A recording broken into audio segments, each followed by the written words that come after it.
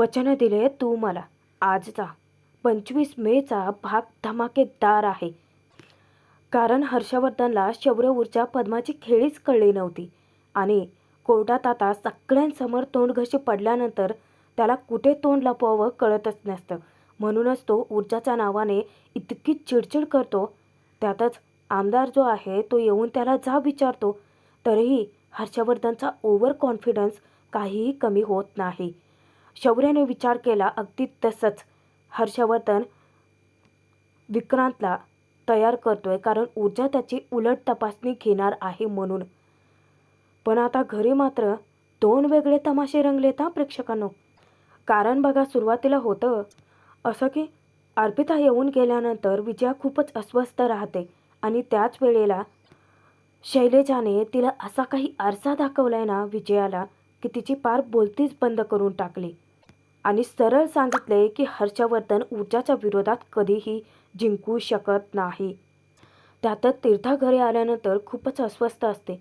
तिचं फोनवरचं बोलणं ऐकल्यानंतर ऊर्जा तिला विचारते तेव्हा विश्वासाने तीर्थाने एक मुलगा तिचा पाठलाग करतोय, तिला सतत त्रास देतोय हे सांगितले आणि ऊर्जा आता त्याचा बंदोबस्तही करणार आहे. त्यातच मुद्दाम विजयाने ऊर्जाला कोर्ट केसमध्ये जाऊ द्यायचं नाही लढायला म्हणून घरच्या नोकरानीला कामावरून काढून मुद्दाम ऊर्जाला तिथे कामाला जुंपली. पण ती ऊर्जा आहे आणि ती शेवटी शैलेजा म्हटल्याप्रमाणे विजयावरतीच काय हर्षवर्धनवरती सुद्धा तितकीच भारी पडली. कारण रात्रीच्या वेळी हर्षवर्धन येऊन ऊर्जाला दमदाटी करतो, तिला out of the court settlement करायला लावतो. म्हणजे त्याने पद्माची इज्जत पैशामध्ये तोलली आणि म्हणूनच ऊर्जाने सनसनीत उत्तर देऊन त्याला असा काही चपराक लगावणारा छान मस्त भाग आहे प्रेक्षकांनो. आवर्जून बघाच म्हणते मी. ऊर्जाने अर्धी केस तर आपल्या बाजूने फिरवलेली आहेच. आता पद्मा, शौर्य, ऊर्जा तिघेही चर्चा करत असतात. ऊर्जा पद्माला समजावत असते की पद्मा, उद्यासाठी आपला दिवस अत्यंत महत्त्वाचा आहे. तेव्हा शौर्य सांगतो की पण ऊर्जा, डॅड विक्रांतला तयार करण्याचा पूर्ण प्रयत्न करतील. पण ऊर्जाला त्याची भीतीच नसते. ऊर्जा उलट बेधडकपणे सांगते की त्यांना करू देत काय करायचं आहे ते, कारण त्यांना आपली खेळीच माहीत नाही आहे. उद्याचा दिवस फक्त आपलाच असणार आहे. पद्मा, हे बघ, तू मला जितकं काही सगळं सांगितलं होतं ते उद्या कोर्टाला सुद्धा सांग, तेही न डगमगता. उद्याचा दिवस फक्त आपलाच राहील जेव्हा नशिबाची आपल्याला साथ मिळेल. इकडे अर्पिताने जहागीरदारांच्या घरात येऊन अचानकच लग्नाची बोलण्याची सुरुवात केलेली असते आणि तिची ती मानसिक स्थिती ढासळल्याचा पाहून सर्वांच्या पायाखालची जमीनच हादरलेली असते. आजी आता सर्व सावरण्याचा प्रयत्न करते. अर्पिताला विचारते की अगं, तू इतक्या उन्हातून आली आहेस, तू काय घेणार, सरबत की पन्हा? अर्पिता सांगते की नाही आजी, काहीच नको आहे. खरं तर ना मी शुगर पूर्णपणे बंदच केली. काय आहे, माझ्या डर्मानं सांगितलं होतं ना की शुगर आणि साल्ट बंद करायचं, म्हणजे जास्ती प्रमाणात खायचं नाही. पण आता लग्नाच्या दिवशी चेहऱ्यावरती ग्लो आणायचा, छान दिसायचं आहे म्हटल्यानंतर मग मी म्हटलं की कशाला, त्यामुळे ना मी पूर्णपणे बंदच करून टाकले. नाही म्हणजे लग्नाच्या दिवशी आता ग्लो चेहऱ्यावरती आले तर फोटोजसुद्धा किती छान निघतील ना. बरं काकू, चला मी निघते आता. तेव्हा विजयाला काळजी वाटते तिची. ती विचारते की अगं, तू एकटीच कशी जाणार? अर्पिता सांगते की जसं आलं तसं जाईन. अहो, तुम्ही काळजी करू नका, बाहेर गाडी आणि ड्रायव्हर आहेत ना. त्यानंतर ते सोन्याचे बॉक्सेस जे आहेत मंगळसूत्राचे ते आपल्या बॅगमध्ये भरते आणि अचानकच ती विजयाला नमस्कार करते. ती अचंबित होऊन म्हणते की अगं, असं काय करतेस, हे कशासाठी? अर्पिता सांगते की अहो, असं काय करताय काकू, आता लग्न होणार आहे ना माझं आणि शौर्याचं, तर मग सवय तरी करून घ्यायला हवीच आहे की. आणि ती इतकी लाजते. अर्पिता आता जाणार, शैलेजा तिला हाक मारते. ती विचारते की काय झालं काकू, तुम्हाला डिझाईन सुचले आहेत का? तेव्हा शैलेजा सांगते की अगं, तुझं नेकलेस राहिलं होतं. अर्पिता ते घेते आणि गुपचूप निघून जाते. या तिघेही जबरदस्त शॉकमध्ये आहेत. शैलेजा विचार करते की शौर्याचं लग्नच झालंय हे तिला माहीत नाही आहे की विसरून गेली आहे पूर्णपणे. आजीच्याही हे सगळं खूप जीवाला लागतं. विचार करते की अर्पिताची तब्येत आता खूप बिकट होत चालली.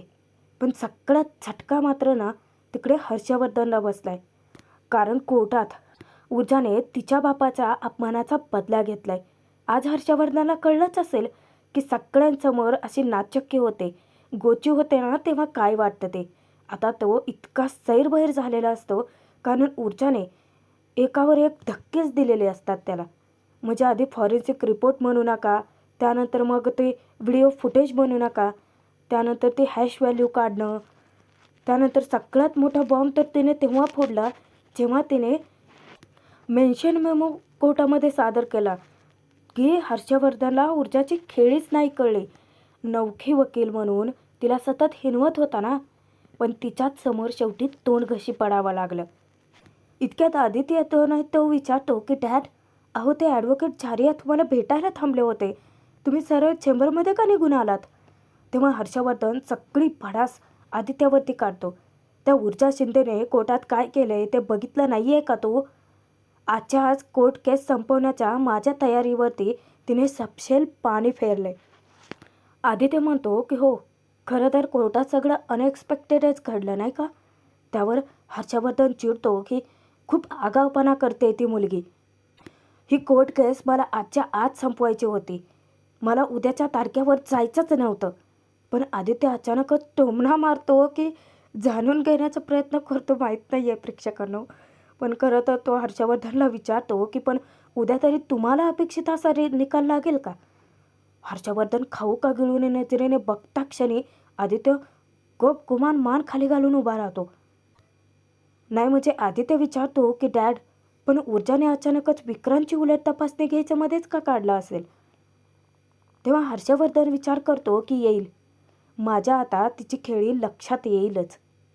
हर्षवर्धन म्हणतो की आता ती उद्या मला क्रॉस करून पुढे जाऊच शकत नाही. इतक्यातच आमदार विक्रांतला घेऊन तिथे हजरच होतो आणि तो त्याला जाब विचारतो की हर्षवर्धन जहागीरदार, ती क्रॉस करून केव्हाच पुढे निघून गेली. व्हिडिओची कॉपीच काय बनवते ती? अहो तुमच्याच घरातली वकील आहे ना हो. अचानक इतके सगळे सरप्राईजेस देते ती. तरीही हर्षवर्धनचा अंदाज पुन्हा एकदा तोच राहतो, म्हणजेच ओव्हर कॉन्फिडन्स हो. जितकं वय आहे ना त्या मुलीचं, त्याच्या दुपटीचा माझा अनुभव आहे. या हर्षवर्धन जहागीरदारांना कोणीही अशी सरप्राईज नाही देऊ शकत. त्यावर आमदार त्याला खडसावतो की अहो पण मला पण तसंच वाटलं होतं आधी, पण ना अंधारात तलवार चालवल्यासारखं खटला लढताय तुम्ही.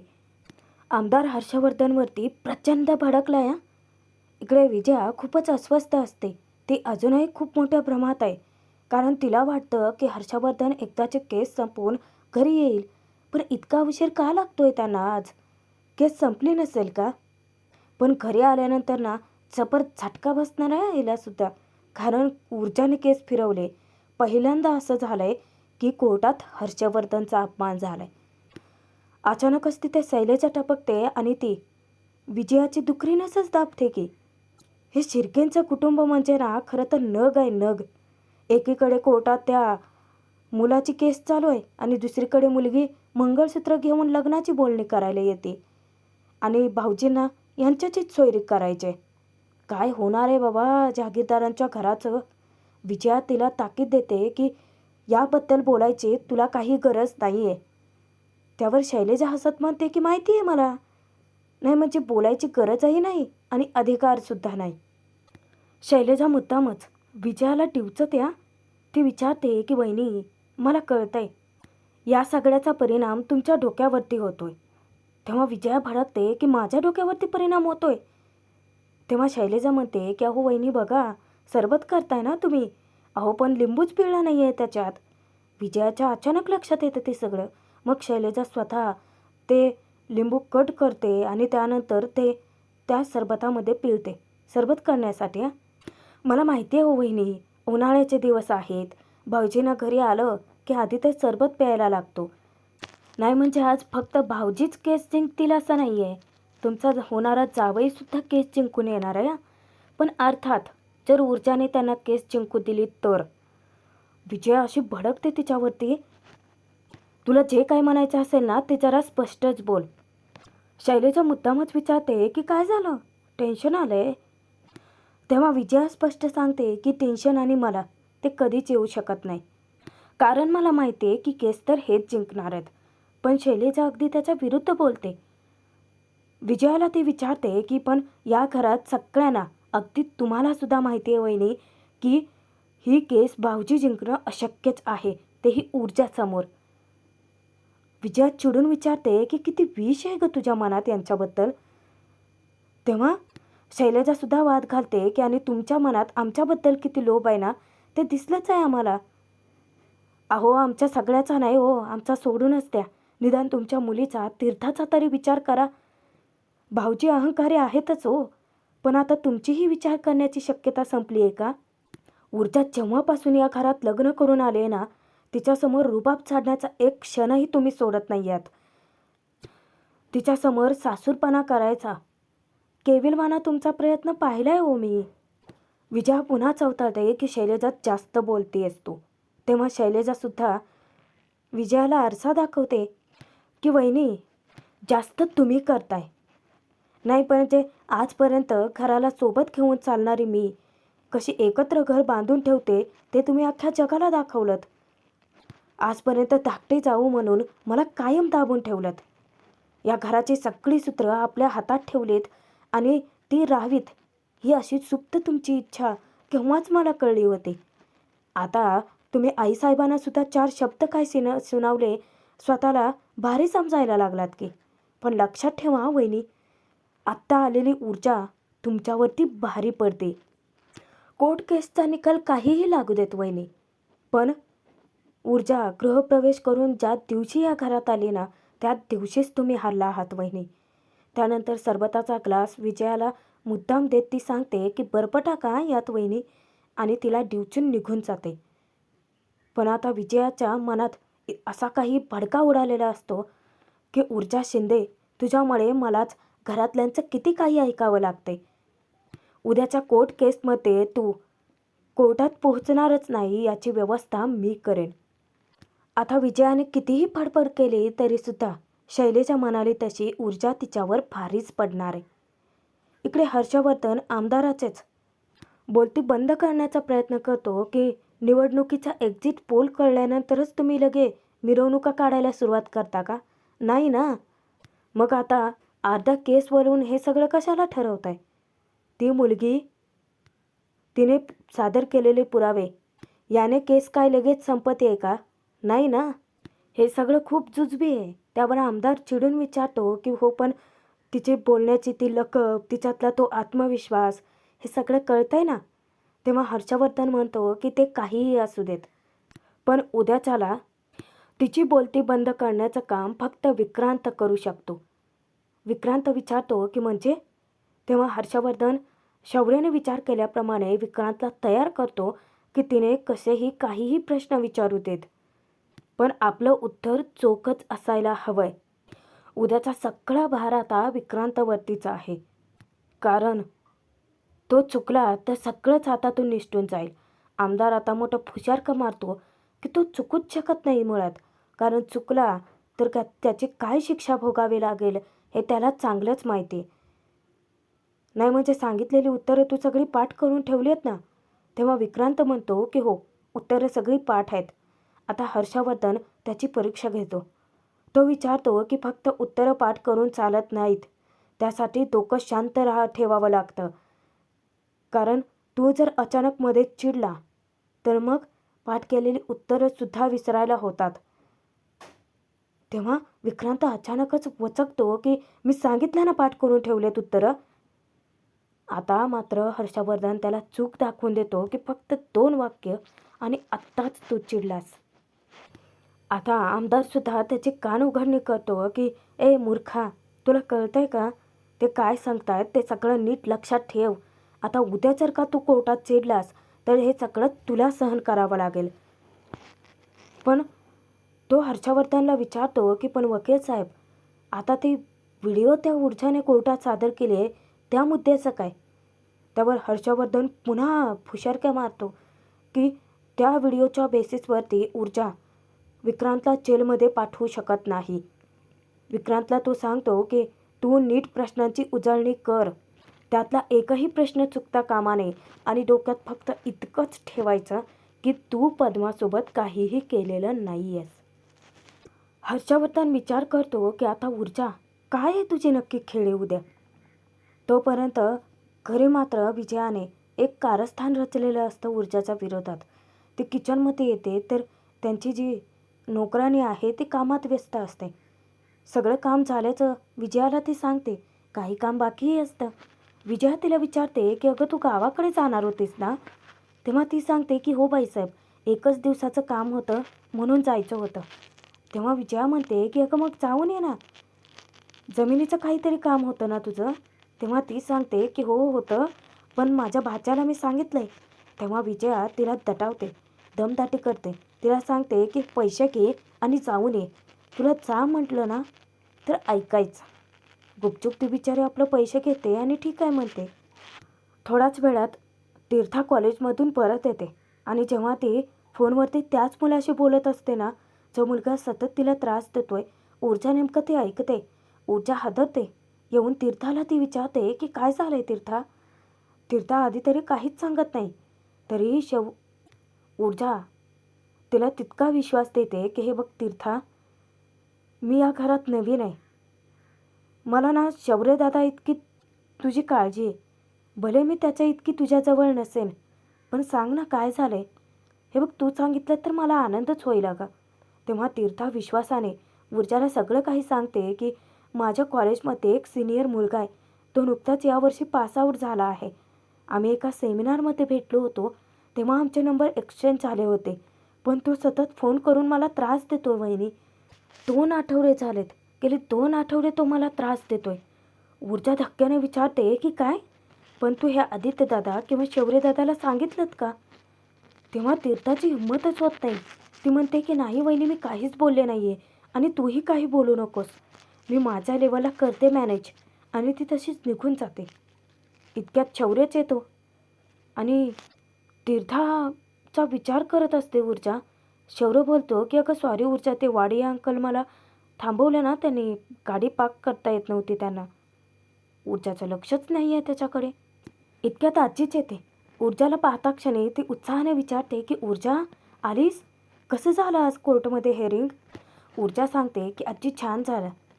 तेव्हा शौर्य कौतुक करतो की बाप रे, तुला माहिती आहे का आजी, आज ऊर्जाने असं आर्ग्युमेंट केलं ना की त्याने डॅडला कच्चं खाऊन टाकले. आजीला सुद्धा फार कौतुक वाटतं. आजी विचारते की त्या विक्रांतला शिक्षा मिळाली? तेव्हा ऊर्जा सांगते की नाही आजी, पण आता उद्याच्या केसवरती सगळं अवलंबून राहणार आहे. आजी पुढे काही संदेश देणार इतक्यात विजयाच तिथे टपकते. विजया विचारते की आलीस, कसं झालं तुझे हेअरिंग? आता ऊर्जा त्याबद्दल बोलणार त्या आधीच विजया तिला ताकीद देते की आता आलीच आहेस तर पटकन कपडे बदलून घे आणि स्वयंपाकाला लाग. अगं ती वर्षा गावाला गेले, पाठवलं तर हिनेच मुद्दाम. ती तशीच निघून जाते तिच्या रूममध्ये. ऊर्जाही म्हणते की मी आलेच. तेव्हा आजी ऊर्जा जरी गेली असली तरी शौर्यला समजावते की शौर्य, आज जर ऊर्जाने कोर्टात हर्षवर्धनला दिला असेल तर आतून तो खूप हल्लाय. मग उद्याच्या कोर्ट केसमध्ये ऊर्जाला तिथे खूप सावध राहावं लागणार आहे. त्यानंतर रात्रीच्या वेळी मात्र सर्वजण बसलेले असतात. आता सर्वजण आमरसाचा आस्वाद घेणार त्यापूर्वीच चौथाळ्याला हर्षवर्धन पिसाळल्यागत वागतो. येऊन आता डायरेक्ट तो ऊर्जावरतीच आरेरावी करतो की उद्याच्या केसमध्ये तोंडावर पडणार आहेस तू. ऊर्जा शांतपणे विचारते की म्हणजे समजलं नाही मी. हर्षवर्धन तिला जाब विचारतो की उद्या कोर्ट केसमध्ये विक्रांतची साक्ष घेऊन काय करणारच काय तू? ऊर्जा हसून उत्तर देते की ते मी तुम्हाला का सांगू? त्यावर हर्षवर्धन तिला दमदाटी करतो की हे बघ, या क्षेत्रात नवीन आहेस तू, एक माझी स्टुडंट म्हणून तुला समजावतोय. मला सांग की तू कोर्ट केसमध्ये ते व्हिडिओ फुटेज दाखवून काही सिद्ध काय केलंस तू? हे बघ, तुला एकच सल्ला देतोय की तू काहीही करू शकणार नाही आहेस, कारण ते अफेन्स पेलेबल आहे. आणि तू काय सिद्ध करू पाहतेस ग? विक्रांत तिथे होता म्हणजे त्याने पद्माचा विनयभंग केलाय. तो विक्रांतचं काहीही वाकडं करू शकत नाही. बरं आता त्याने विनयभंग केलाही असेल, पण मग पद्मा संज्ञा नाही, ती काय अल्पवयीन नाही आहे. त्यामुळे विक्रांतवरती कुठलेच आरोप लागू शकत नाही आणि विक्रांतला मी काहीही होऊ देणार नाही. म्हणजे किती नीच आहे हर्षवर्धन. हे सगळं घरातल्या समोर स्वतःहून बोलतोय. इतक्या खालच्या लेवलला उतरलाय. पण ऊर्जा त्याच्याशी वाद घालत नाही हा. उलट ती मुद्दामच विजयाला म्हणते की सासूबाई तुम्ही तर आमरस घेतलाच नाही. विजया तिला सांगते की हे काहीतरी बोलतायत तुझ्याशी. ऊर्जा सांगते की हो ऐकते मी. पण मग आता आजी हर्षवर्धनलाच खडसावते की हर्षवर्धन, कोर्ट केसच्या गोष्टी कधीपासून तू घरात आणायला लागलास? तू कधीपासून हे सगळं घरात डिस्कस करायला लागलात? तेव्हा हर्षवर्धन सरळ आज्जेवरती आवाज चढवतो की नाही म्हणजे आता माझ्याच विरोधात लढणारे वकील नातेवाईक बनून माझ्याच घरात आहेत म्हटल्यानंतर मी तरी काय करणार? आणि ऊर्जाला तो पुन्हा दमदाटी करायला लागतो की हे मुली, मी तुला आता एकच सल्ला देतोय की हे बघ, तू या कोर्ट केसमध्ये काहीही करू शकत नाहीस. आणि त्यातच तू आता फक्त ऊर्जा शिंदे राहिलेली नाही आहेस, तर हर्षवर्धन जहागीरदारांची म्हणजे माझी सून झाली आहेस तू. कोर्ट केसमध्ये आजपर्यंत खूप मोठं रेप्युटेशन कमावलं आहे मी. त्याला धक्का लागता कामा नये. आणि जरी तू उद्याच्याला केस हरलीस म्हणजे हरणारच आहेस, तर लोक असं म्हणणार नाहीत ऊर्जा शिंदे केस हरली. ते असं म्हणतील की हर्षवर्धन जहागीरदाराची सून हरली. माझ्या रेप्युटेशनसाठी तुला सांगतोय. तुला जर केस हारायचीच असेल ना तर डिप्लोमॅटिक पद्धतीने हार ना. तेव्हा शौर्य आता जाब विचारतो की म्हणजे तुम्ही नक्की काय सजेस्ट करण्याचा प्रयत्न करताय तिला? तेव्हा हर्षवर्धन सांगतो की मी तिला हेच सांगतोय, out of the court settlement. आता घरातले सर्वच जण हातरून जातात. आजीला तर इतकी घीण येते हर्षवर्धनची की तो तिचाच मुलगा आहे. म्हणजे इतकं नीच विचार कसं कोण करू शकतं? ऊर्जाला तो म्हणतो की आणि जरीसुद्धा तू कोर्टात हे सिद्ध केलंस की विक्रांतने पद्माचा विनयभंग केला होता, तरीसुद्धा तुला काय मिळेल? नाही म्हणजे त्या पद्माला काय मिळेल? हां, तुला थोडं तुझं नाव मिळेल, कमवेल तू नाव. पण पद्माचं काय? तिला काय मिळणार आहे? पण हे सगळं घडूच शकत नाही. कारण ती केस मीच जिंकणार आहे. अजूनही हर्षवर्धनला त्याचा ओव्हर कॉन्फिडन्सच नडतोय. हर्षवर्धन स्वतः ऊर्जाला समोरून ऑफर करतो की हे बघ, पद्माला काय मिळणार आहे? शेवटी तिची बदनामीच होणार आहे. त्यामुळे मी सांगतोय की मी शेतकऱ्यांना सांगतो, हवी तेवढी रक्कम ते तुला देतील त्या पद्माला देण्यासाठी. म्हणूनच म्हणतोय की out of the court settlement कर. काय आहे, कोर्टात घाण हरण्यापेक्षा ना, माझं रेप्युटेशन खराब करण्यापेक्षा ना, तुझ्यासाठी ही ऑफर चांगली. पण ऊर्जा आता आमरस घेऊन निघून जाणार. ती मुद्दाम हर्षवर्धनला म्हणते की सॉरी, तुम्हाला शुगर आहे, तुम्हाला नाही देऊ शकत. हर्षवर्धन तिला थांबवतो आणि तो तिला सांगतो की ठेवते खाली. ऊर्जा गुपचूप ते ताट खाली ठेवते. त्यानंतर तो म्हणतो की मला माझ्या प्रश्नांची उत्तरं हवी आहेत. ऊर्जा स्पष्ट शब्दात सांगते की सॉरी, पण मी तुम्हाला नाही बोलू शकत. कारण कोर्टात जरी मी तुमची अपोनंट असले ना, तरीसुद्धा खरी मी तुमची सून आहे. मला तुमचा अपमान करायचा नाही आहे. घरात मी तुमचा मानच राखेन. तेव्हा हर्षवर्धन हसून म्हणतो किंवा पळवाट छान आहे, पण उत्तर मला आत्ताच हवं आहे. असं समज की हे कोर्ट आहे आणि तू कोर्टात माझ्याशी बोलतेस.